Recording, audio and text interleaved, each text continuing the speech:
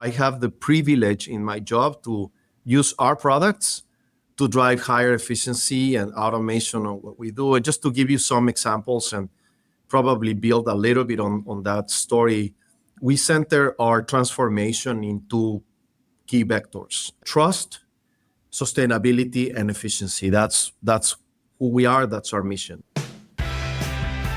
Welcome to Supply Chain Now, the #1 voice of supply chain. Join us as we share critical news, key insights, and real supply chain leadership from across the globe, one conversation at a time. Hey, everybody. Good morning, good afternoon, good evening, wherever you may be. Scott Luton and your good buddy, Tevon Taylor, with you here on Supply Chain Now. Welcome to today's show. Hey, Tevon, how you doing today? I'm doing great. Just hanging out in Washington, D.C., getting ready to go home. Okay, wonderful. Did you solve everything up there in D.C.? And the guys at Data Center World are way smarter than me, so I didn't solve anything, but I saw a lot of cool stuff. Outstanding. I can't wait to get it downloaded. Well, speaking of cool stuff, we've got an outstanding show here today. We're going to be talking with a brilliant supply chain leader that's doing big things in industry. In particular, we're going to be diving into how a really successful company is fueling supply chain transformation on a grand scale, especially across North America. And not only will we find out some of the critical imperatives related to that transformation, but we'll discuss what's fueling it all. Plus, we'll touch on modernizing the manufacturing industry, delivering on the sustainability imperative, and a whole bunch more. Tevon, it should be one heck of a show, huh? I think so. Let's do it. Let's get into it. So, folks, stick around for a great conversation that's going to offer up tons of actionable insights by the truckload. So I want to welcome in a terrific guest here today. Agustin Lopez-Diaz is a multicultural leader who was raised in Mexico, but he's since worked and lived in 6 countries while leading teams across several continents. Get this, representing over 100 nationalities. Agustin brings more than 20 years of progressive experience in P&L and functional management in C-level positions to the table, and he's passionate about creating value for customers, teams, and our planet. In his current role, Agustin is spearheading the end-to-end transformation and creating an impact supply chain for both our planet and customers out there, especially through people and performance. Please join me in welcoming Agustin Lopez-Diaz, Senior Vice President of Global Supply Chain in North America for Schneider Electric. Agustin, how you doing? I'm doing excellent. Thank you so much, Scott and Tevon, for having me here. I'm really looking forward to our very fun discussion today. Oh, we got a lot to get into, and I'm glad you could carve out some time. Tevon, we've been looking forward to this one, huh? I've been very excited. Yeah. Well, let's do this. Folks out there that are watching or listening to us know I like starting with a little fun warm-up question to gain some insights on the personality and the passions of our guests. And what we've learned, Agustin, is you've got some serious musical talent. Mm-hmm. And when you're not moving mountains in global supply chain, you can be found singing and playing your guitar. Tell us more about that. Well, yeah, I mean, it's a passion of mine, and since I was a little kid, being raised in Mexico, so I love Mexican culture and Mexican music. So I still do a little bit of singing on the side. I don't have a lot of time these days, but whenever I manage to carve out a little bit of time, I do that in my time. And you shared with us a particular artist in the pre-show that you're a big fan of, and it's impacted, say, your musical journey. Who is that? Yeah, his name is Alejandro Fernandez. I'm sure everybody that is hearing from Mexico will relate very well with it. Well, I'm going to add Alejandro to my playlist, and I'm going to learn more. I'm going to leave the singing and music to the experts. But Tevon, we should talk about your musical career too, right? I don't have one. I'm telling you right now, if you heard me sing, this would be the last time you'd invite me to the show. And I think Agustin would probably want to disconnect as well. But breakdancing, Tevon is your guy. What more on that in a later episode? All right, we got a great show teed up here today, and again, Tevon and Agustin, great to have y'all. Let's do this, Agustin. Let's bring in some context a bit and learn more about your professional journey. And where I want to start there is prior to your current role, which we're going to touch on in a second. What was a leadership position that you held that really shaped your worldview? Yeah. That's always a very difficult question, right? So there's many, but I will say before coming to this job, I was the chief sustainability officer of Schneider Electric, actually. So I came from the sustainability world, and as we will discuss during the show, to us and to me personally, sustainability goes beyond carbon footprint. It really is our legacy to newer generations, our impact to the communities, and how do we really touch the people that are working with us. So we'll have opportunity to share with you some insights on how we do it as a company. But out of all my professional career, that is the role that sure has impacted me professionally more than anything. Yeah. Let me a quick follow up to that before I get Kevin's comments. Do you share? I love the rise of a variety of new C-level roles that brings extra focus and dedicated leadership. But my hunch is that you believe that it's everyone's responsibility within an organization to make those sustainability gains. Would you agree with that? Absolutely, right? So everybody plays a role, no matter what you are. We have a volunteer program in Schneider where we really reach out to every individual, especially in the region. And we collaborate with unions, with employees at all levels of the organization to really share that bit. But I'll give more insights as we go in the conversation. Love that. And Tevin, it really is, whether it's sustainability or cybersecurity or so many other issues of our time, it's a team sport, huh?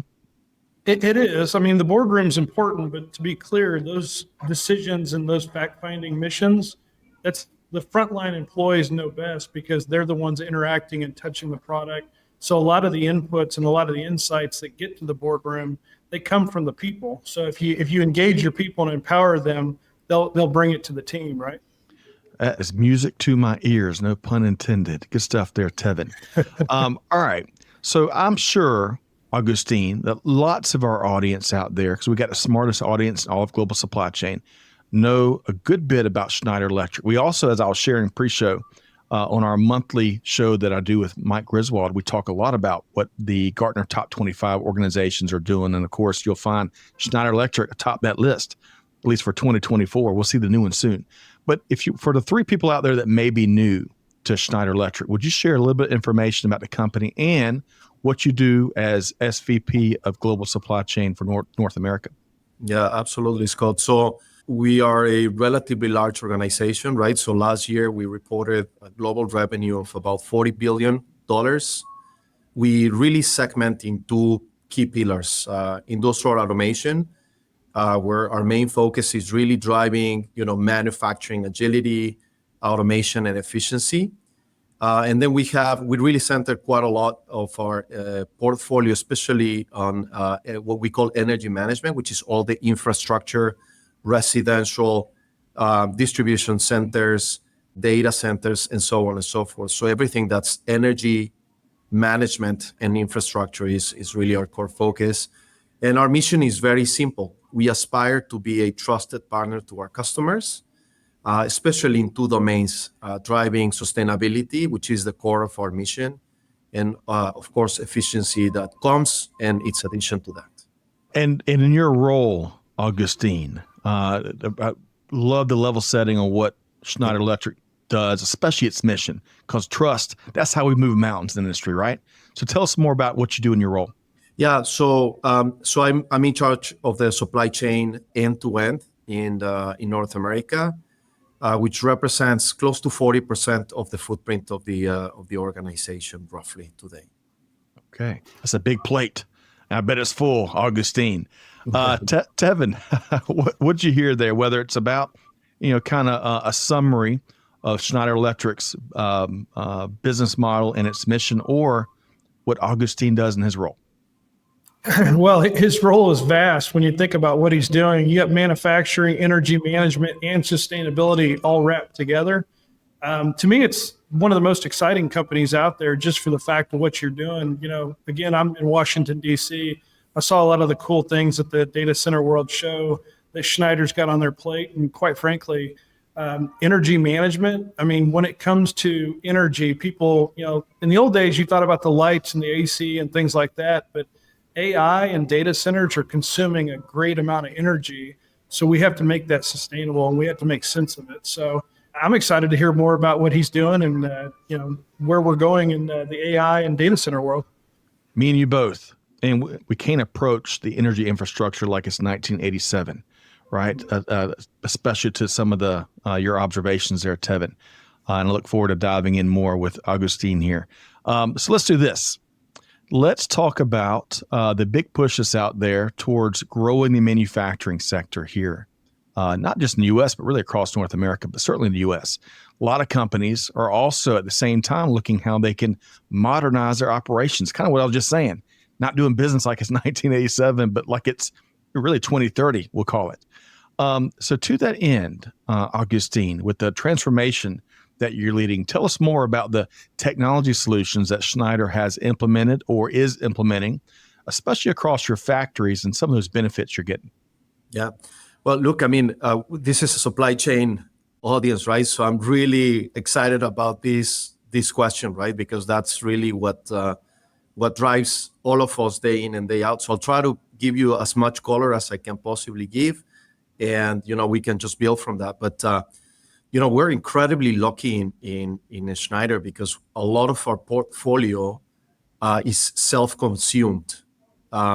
So we center in industrial automation, we center on efficiency, we center on sustainability. So that's really what we do. So I have the privilege in my job to use our products to drive higher efficiency and automation on what we do. And just to give you some examples and probably build a little bit on that story, we center our transformation into key vectors and kind of following the same concept, right? So trust, sustainability, and efficiency. That's who we are. That's our mission. And then we try to do our best to build a holistic approach to this, and we have two enablers to that. The first one is automation and control. And we have, again, lucky enough, we have a great portfolio of different type of automation, from PLCs to motors, sensors, what we call Lexium, which is one offer that uses, blocking, automation, motors and arms.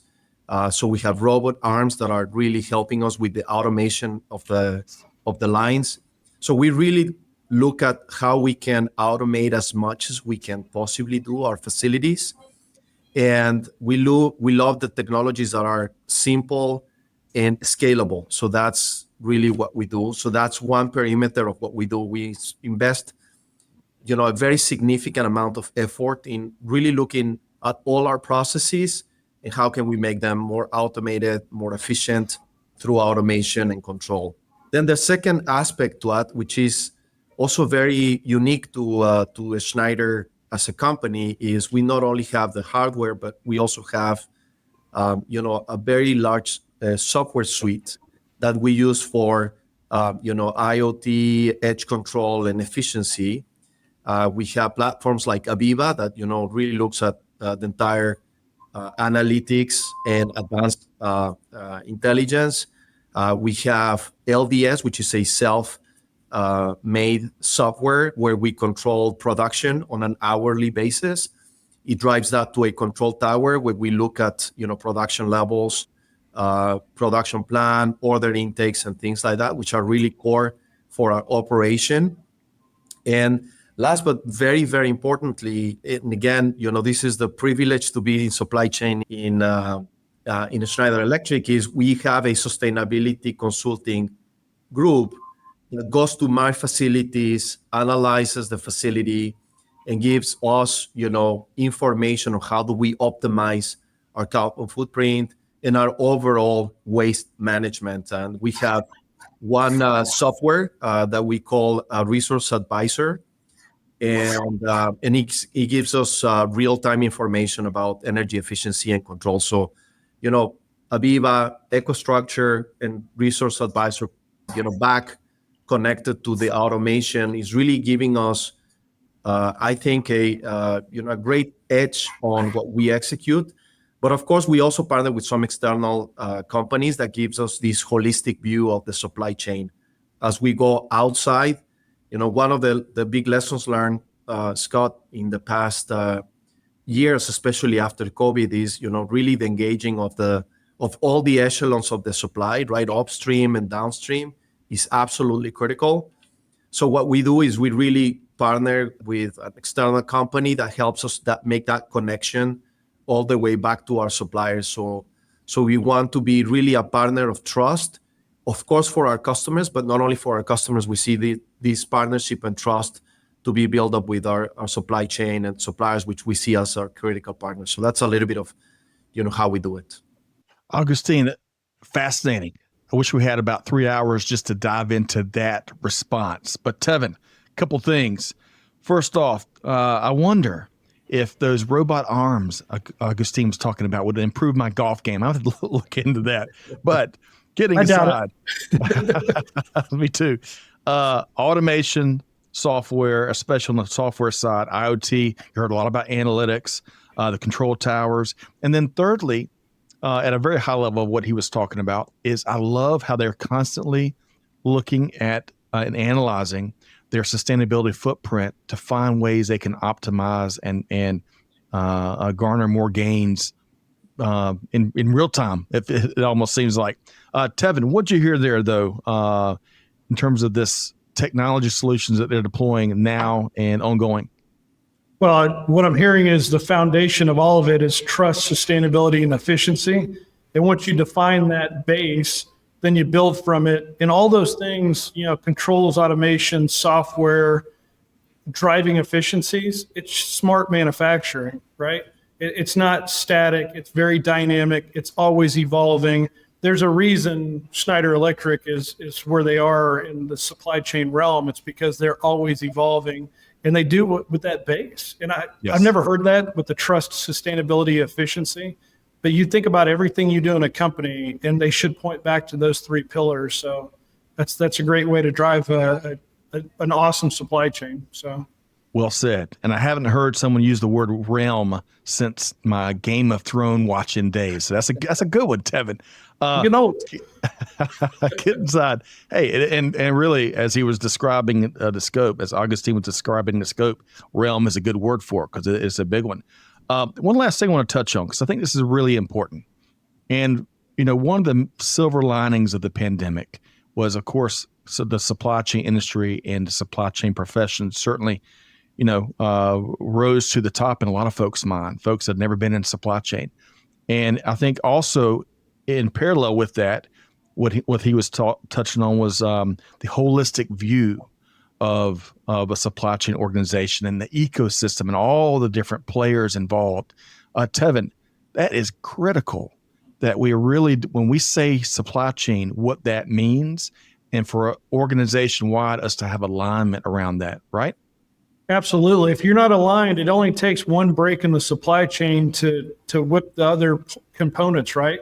There's a reason you always heard about bullwhip, where the bullwhip happens where you have one spot in the supply chain that's not where it needs to be. So that alignment is critical.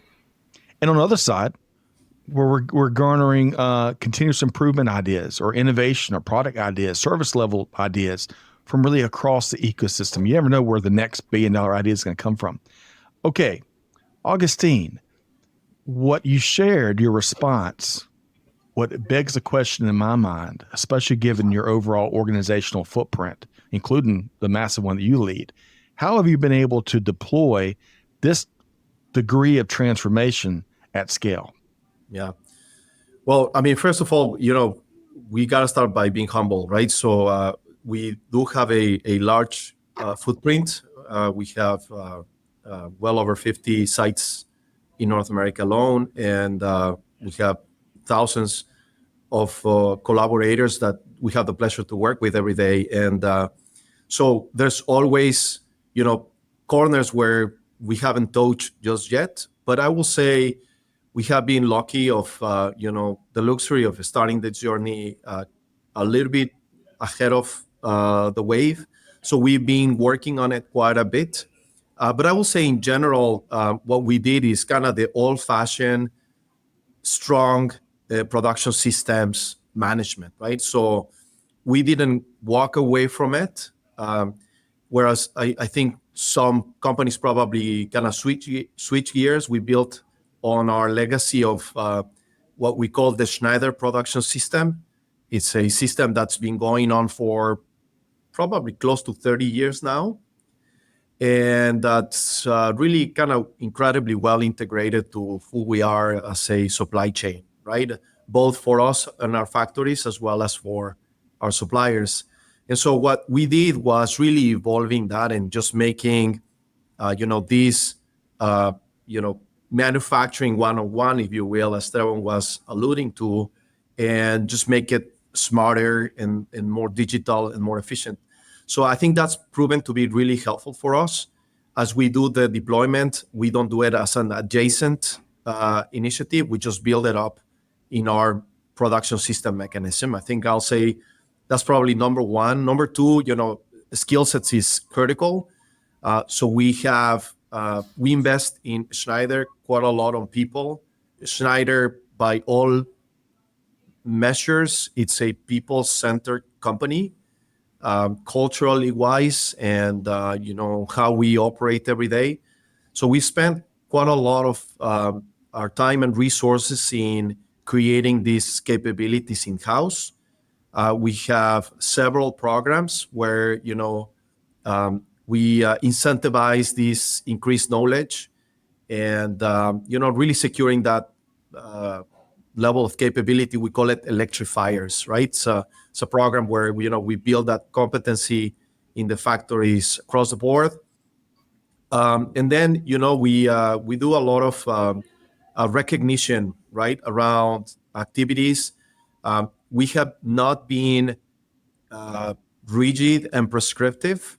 We have a portfolio of tools. We train the teams, and we let them run with it. And so we have several programs that will incentivize innovation, new proposals, and we have some healthy competition, which we love, right, in supply chain. So everybody's really looking forward to be the next one being recognized as a lighthouse. And we partner also externally with some organizations like Gartner or the World Economic Forum that will help us, create that sense of objectivity, benchmark externally to make sure that we are always staying ahead, right? So those are kind of sort of the key pillars of this transformation.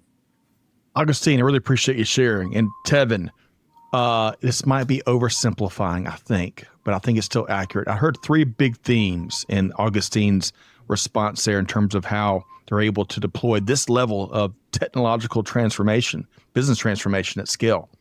People, systems, and culture. They're reinvesting in their people. I love that. Equipping them with new skill sets, which leads to new opportunities. They made, from a system standpoint, of course, they doubled down, maybe tripled down on the Schneider production system, which has been around for more than 30 years. And then thirdly, he may not have mentioned culture, but he made an important distinction. Rather than setting up a whole new transformation plan outside the business or parallel to the business, they really use their current culture, their current systems, and their people to drive transformation in a manner this is how we do business, right? And I think that's how you drive some of the most effective, powerful change, even if it's at a grand scale. But Tevon, that was my take. What'd you hear there from Agustin? It's amazing, how long that, people have been around to not figure out the secret sauce is the people, right? Systems and culture, where do those come from? They come from the people and trusting the people. That's the core value that I heard. Trust is number one, empowering the people. And I like the word he used, collaborators. Like, I've never heard that. Collaborators, those are the people, right? Collaborating together to build the company. Electrifiers, that was another key word used. But if you empower your people, trust your people, listen to your people, next thing you know, you're going to build the systems and the culture that are going to drive your company. And culture is a big deal. Companies talk about culture, but you can see where the culture is by what you just mentioned. you're measuring yourself with Gartner and some others. Well, the scoreboard tells you if you have a culture and you're empowering your people. So the companies that are just saying it, there are a lot of companies that talk about culture and people, but you got to look at the scoreboard, and it looks like Schneider's got a big W on the scoreboard. You're winning. Whether it's a soccer game or football game, we'll figure out later. But. Well, and that's right. There is a lot of lip service leadership out there, and then there's folks that really stand out because you see it in their deeds, not words. And that's what in rubbing elbows with folks out in the industry, including folks from Schneider Electric, that really seems like it is it's action-oriented leadership and change and transformation. Agustin, one other, if you can elaborate just a bit more, you also talked about the importance of not being too rigid, right? And being flexible as you're driving change. Can you maybe share for folks out there that might be surprised by that, why that's so important? Yeah, I mean, again, that will probably be a super long answer. I'll try to be as concise as possible. It's very critical that in innovation there's room for flexibility and creativity, right? So we learned very early in this process that if you're too rigid, you stop improvements and innovation, and so we really have come up with a somewhat of a secret sauce of what we don't compromise. We call it principles. So we have some principles that we never compromise, and those are super clear for everybody. So we have in our production system, we have what we call fundamentals. I'll give you one very simple example, right? So one of our trademarks as a brand is because we are in a circuit protection environment, quality is critical to us, right? It's beyond a priority. It's an absolute principle for us. It's really beyond a priority. So we spend a very large amount of money in automating and preventing issues to go out to the market, right? So what we in supply chain we know as poke yolks. So we have poke yolks automated everywhere in our facilities. So that is a no compromise. So people will know that is a fundamental. You cannot go away with it, right? But then we have all the rest that is more preferences. So we said, okay, everything that's preference, we have a preference system, but we allow people to come up with better ways to address those. So standard work, for instance, there's multiple ways to do a standard work. We have some guiding principles on how to do it, but we allow creativity. And one of the great outcomes of that was one of our collaborators in a factory in the U.S.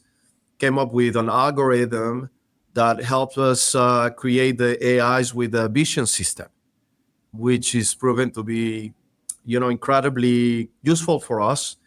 And so we're super excited. So that, I think, is the definition of what's a principle that cannot be compromised, and all the rest open to innovation. Appreciate you sharing, Agustin and Tevon. Folks picked up on terms there, poka-yoke, which big on mistake proofing, right? Eliminating the root causes that can create mistakes that, rather than managed by firefighting, let's just prevent the fires. That's a thought, huh? Standard work, but not too much standard work, which what I'm hearing from Agustin is allowing for that operational flexibility, that creative flexibility that helps you unlock innovations and opportunities and a whole bunch more, especially the best kind of ideas are the ideas that come from the front line, who are truly the experts in any organization. What'd you hear there, Tevon? Yeah, very similar. The best operations I've ever, toured or been part of, you have your standards, you protect your quality, you protect what you're doing well, but you always have that, you go to the warehouse and you see the idea boards where you want your people to go, hey, have we thought about this? Or why are we doing it this way? You can challenge the status quo. And sometimes it's like, hey, we're doing it this way and this is why, because you're protecting what you're doing. But then there's got to be hey, let's run that up the chain and see if we can adjust this because it's improving the product, improving the service or the experience, right? Yeah, that's right. Even standard work evolves oftentimes. Okay, Let's talk growth, Augustine. Lots of growth. The Schneider Electric team continues to grow across the U.S. and across North America. And you have been expanding your operations and your supply chain infrastructure, especially here in the U.S. First question related to all the growth. Would you share a few insights on the role that North America plays as part of the overall company portfolio of business? I think you said earlier, did you say 40% earlier? But you tell us more about that. Yeah, so just to be incredibly precise, it's 36.8% Okay. of the company, in an incredibly important region, right? I mean, obviously, the biggest region in the group in terms of both size, absolute size, and also relative growth. So in Q4 alone, we grew about 22% last year, which for a company of our size is, we're very thankful and honored to be part of this, growth profile. And I think as a company, we sort of anticipated the waves of growth that were going to come our way. And as Tevon was saying, right, I mean, we're in the data centers, which is, even with some slowing in the market, is still growing very, very hot. We are in the energy infrastructure. As also was said by Tevon, I mean, we cannot approach energy infrastructure as we did it 20 years ago or 15 years ago, or heck, 10 years ago, or even 2 years ago, right? I mean, the energy needs of AI are just going to be outrageous, right? So we benefit quite significantly on that wave. And, our second part of the portfolio, which is driving efficiency. And I think those are critical elements. So yeah, we're super well positioned. We see continued growth. And of course, as a company, we are very committed to the US. We find that our footprint, our brand equity, our collaborators in the region, we have been able to set up a very efficient, a very customer-oriented supply chain. So we will continue to double down on that. Outstanding. Quick follow-up before I get Kevin's commentary. You kind of spoke to this a little bit in terms of some of the market forces that are prompting the expansion. We're all familiar with the data center explosion and how that's empowering this golden age of supply chain tech, amongst many other things. You talked about the energy infrastructure, and of course, we got tons of opportunity there. We're going to have to drive improvement on to not leave anyone behind. Any other market forces that you want to call out that are helping, that are fueling this expansion and investment? I think everything that's growth in terms of systems and automation as well, automation, discrete and non-discrete, I think it's also quite significant. Those are the segments that we're seeing the vast majority of the growth. We have some other segments that have more moderate, but the biggest one are those two, or those three. Good stuff. Tevon, anything there surprise you in terms of the market forces fueling the growth?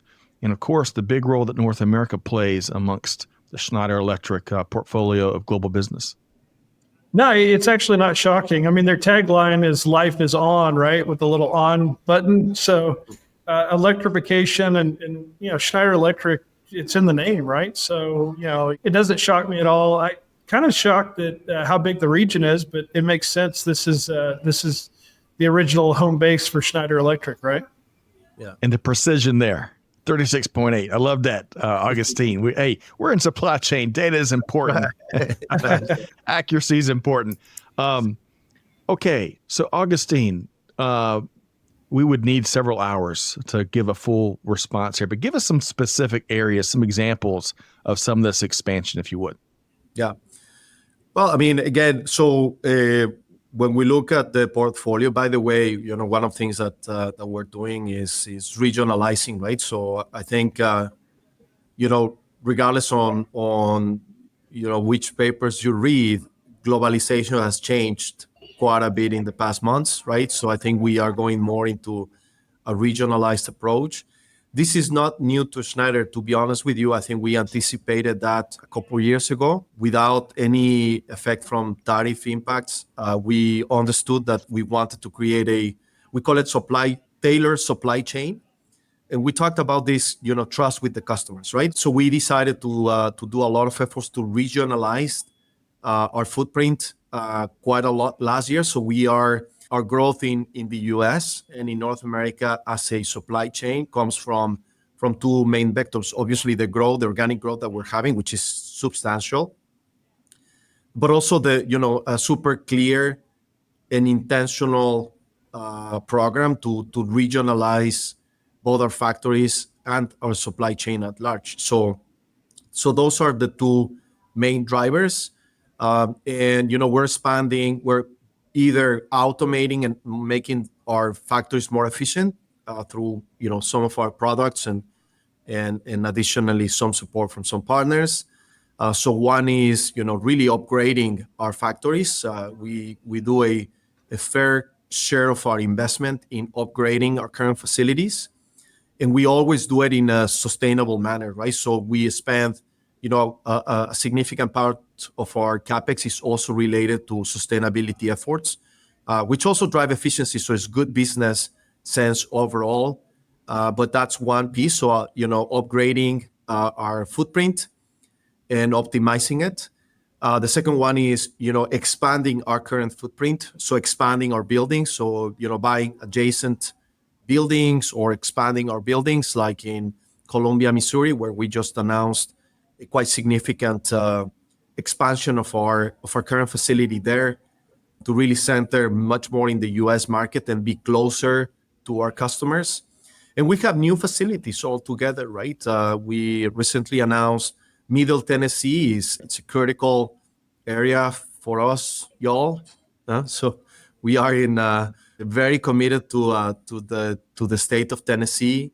I am home based in Nashville. Our supply chain headquarters are here in Nashville, and with the support of the local government and agencies, we are expanding quite a lot our factory, especially in Middle Tennessee. We just announced our newest facility in Mount Juliet, for instance, and also in El Paso, which is one of our critical sites in terms of footprint. We also announced a new building expansion where we are creating one of our largest campuses. I think it might be actually the largest campus that we have in Schneider Electric. It sits in El Paso today with about 6 buildings by the end of the year. Okay. Tevin, and I've got a list here overall on the side of all. Agustin touched on Mount Juliet, Tennessee. He touched on El Paso. You got Andover, Massachusetts, Columbia, Missouri. I think he touched on that one. And on the bottom of this list, I'm looking at as a reference guide here, the beautiful city of Welcome, North Carolina. That's right. I love the name of that city. We need more towns and cities named Welcome, places across the world. But Tevin, let's see here. Upgrade manufacturing facilities, obviously technology and otherwise. He's also touched on earlier investing in their people, skill sets, and you name it. But he also mentioned expanding sites, current sites, building new sites. He touched on the regionalization we're seeing kind of at a broader macro level. What else did you hear there, Tevin? Well, I'm just happy that their largest campus is in Texas because everything is bigger in Texas. Let's just be clear. Tennessee is our little brother, so we're okay with this. In all seriousness, the regionalization, it's smart move. You got ahead of the curve. We heard global for decades almost. And regionalization is smart for 2 reasons. One is it supports the local governments, the local everything. You can try to source as much as you can in that region. And you still have to source some materials outside of the region. But you also, sustainability, the smartest thing you can do is, move product within the region and not all around the world, because we need to quit doing flyer miles, boat miles, truck miles for product that you can do locally, or regionally. But yeah, I think it wraps into what you talked about earlier, efficiency, sustainability, those 2 things, and regionalization. And that was before tariffs. Now tariffs makes it really like, hey, let's keep it in the region, Yeah. Good stuff there, Tevin. And we're gonna have to break out the rulers and check everything when it comes to Texas. I know of a little state called Alaska that might have something to say about that, Tevin. All right. You mentioned sustainability, Tevin, in your over on your response there, and of course, Augustine mentioned sustainability probably about 17 times thus far, and of course, it's something he is personally passionate about. And this is where I want to go next. It's about driving real tangible sustainability outcomes, right? That's where it gets back to action focused leadership. So, Augustine, when it comes to that big Schneider Electric supply chain ecosystem that we've been referencing a couple times here, share a few really innovative sustainability developments driving outcomes that you find personally inspiring. Oof, where do we start, right? So I will say, again, our suite of products is really aimed towards decarbonization and efficiency. But I like to touch on a different topic that probably most people don't know about Schneider, which, quite frankly, I found it when I learned about it, it made me want to come and stay in Schneider. Okay. So I probably got you there. There's a business that we have through the Schneider Foundation, which is called Access to Energy. And Access to Energy is a self-sustained business, a relatively large business that is supported by the Schneider Foundation, where we develop products to help remote communities. I'll give you one example that I thought was incredibly inspiring. Actually, if I may, I can probably share two. Sure. These simple ones. So one which just broke my heart. I was actually running the sustainability business, and Access to Energy is part of this function. And we developed a small hand lamp. It's a solar lamp for kids coming back from school. When you are in some parts of Africa, for instance, the days are very, very hot, so schools have to happen at night. So children had to, carry large, heavy lamps in their way back home. So one of our engineers had the idea to create a very simple solar lamp. And with the help of the United Nations, we actually made those available in large quantities for the kids there. And, I think that was super incredible. And the second one is, we do microgrids. So we partner with some external, sometimes customers or suppliers. And, we help communities in the Amazons, for instance. When you live in the Amazon and you are in a remote island, kids have to, pick up the little boats and, ride their boats to the nearest school. Partnering with an external company and with the government, we created microgrids to power internet for these little islands in the Amazon, so they could have access to education from Sao Paulo or Manaus, which is the where they get the professors to teach the kids in these super remote locations. So that, to me, that's kind of sort of the extent of how we think about sustainability in Schneider. It made me, super proud to be part of this team. It should. I love the problem solving, do good nature of those initiatives you're talking about. And Tevin, from Africa and all the countries and communities and different customs and traditions that you can find across the African continent to the Amazon region, to Andover, Massachusetts, all around the globe, driving real impact and helping solve problems and help others. Hearing that's a big part of the culture there at Schneider Electric. What'd you hear, Tevin? Yeah, sustainability, everybody just thinks about emissions and carbon, and that's important. Decarbonization is a world issue, not a local issue. But he took it to the human element of, let's go take care of the communities that don't have everything we have. So just because things are, even in the U.S., we have, the pockets and islands of our own that we need to take care of. But I love the human element, because that's what sustainability is. It's sustaining humans. It's not carbon. It's sustaining our future generations. Yep. Well said. Look forward to learning a lot more about the Schneider Foundation, which I think that's what's fueling those efforts. Is that right, Agustin? Yeah, that's right. Also with our employees. So we have another example here in the U.S. For disaster relief. We spent 2,500 days of our employees volunteering. So the company puts forward the products, and our employees volunteer the time to build these microgrids for disaster reliefs in the U.S. So really, really, it's a combination of both the company and the foundation, but also very, very importantly, there to say even more important, all our collaborators living and breathing this sustainability mindset. I love it. Deeds, not words. Certainly that's been a big theme over the last hour. So I got two more questions. We're going to find out how we can learn more from Agustin here in just a second. And then we're going to get Tevon Taylor's patented key takeaway from a really big conversation. You got a tough job with that, Tevon. I'm glad that you do, not me. All right. So Agustin, really appreciate you being here today. Your passion is very palpable as you kind of walk us through the technology, the transformation, especially the people, the do good that you are doing via sustainability initiatives and much, much more. So we look forward to having you back soon. But how can folks learn more on anything you've shared, and how can they connect with you? Well, of course, there's always the Schneider Electric portal where you can read all our sustainability initiatives and hopefully, join us and volunteering and, being supported with all the efforts.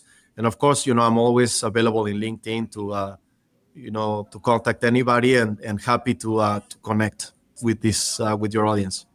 Outstanding. Big thanks to Agustin Lopez-Diaz, Senior Vice President of Global Supply Chain in North America for Schneider Electric. What a great conversation. But before we go, all right, Tevon, Agustin, a bit of a master class over the last hour or so. What's going to be your key patented takeaway for our audience? I've got more than just one. I mean, I took more notes in this conversation than I ever did in college, just for the record. I will say the number one thing that's important is everything's bigger in Texas. We'll measure later. But the three things, and I like to do things in threes, right? So there's a foundation. You got trust, sustainability, efficiency. Love it. People. So I heard collaborators, electrifiers, empowering the people. Don't be rigid, be flexible. And last but not least, we're here to take care of each other, right? Communities, not individuals.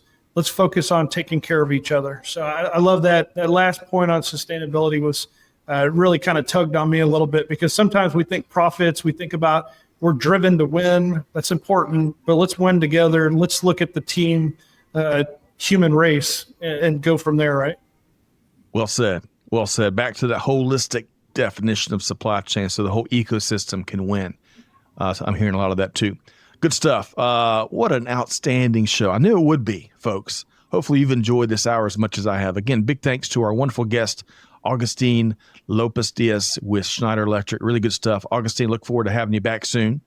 Thanks for having me, Scott and Tevon. Thank you so much. You bet. Tevon Taylor, always a pleasure to co-host these conversations with you, my friend.